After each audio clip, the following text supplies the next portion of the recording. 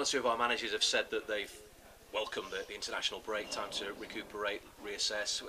How welcome was it for you, do you think? It's always big for us because we've had so many injuries from the start of the season, and it's not we look at a Leicester or Forest or you've got a massive squad. We haven't got that luxury.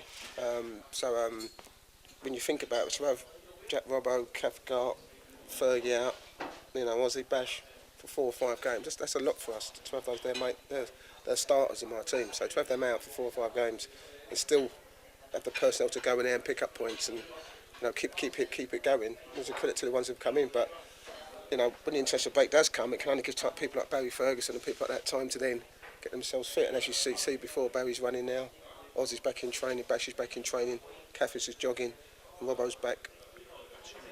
2 more games. So we're getting to being strong again.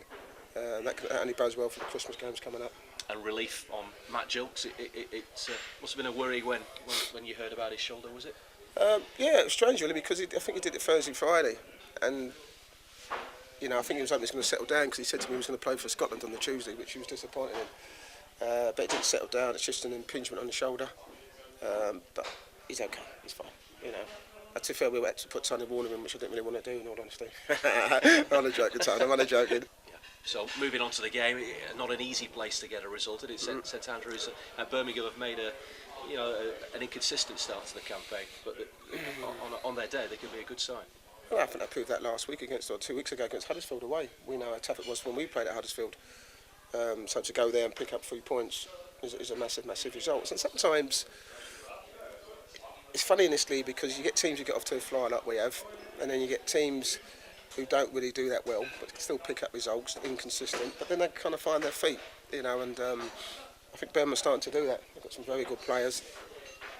There's a tough place to go to, St Andrews, and we always know we get a tough game there, and we know it's always a hard game. For us. Last year it was tough for us. I think we come home with a point, as you could have lost the game in the last minute. So we're under no illusions how tough it is. But listen, we know, what I've said to the lads is that we have to be on our mettle every week, every day in training.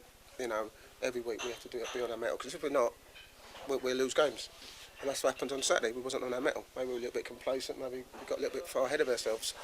Don't know why, because we know where our target is. We know what we need to get to, and we know that every game we play, we have to be on. And listen, if we're on our mettle every game, I can take losing games, but when we're not on our mettle, we're losing games. That's what I don't like.